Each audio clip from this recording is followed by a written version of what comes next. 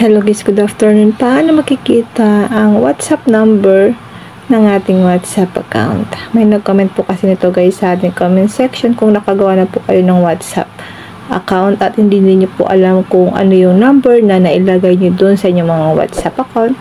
Ganito lang po ang gagawin natin. Open nyo lang po ang WhatsApp account nyo.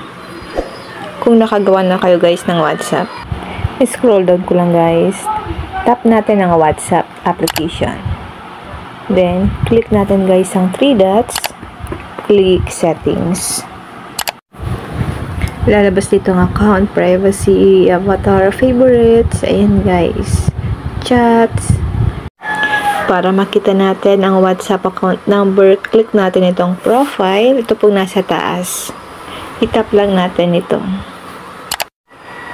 Lalabas dito ang name, about, then phone. Ang phone po dito guys, ito yung na-register natin sa paggawa natin ng WhatsApp account. Kaya kung nakagawa na po kayo ng WhatsApp account, dito nyo lang po makikita kung ano yung phone number na ginamit nyo sa pag-create or sa paggawa ng inyong mga WhatsApp account.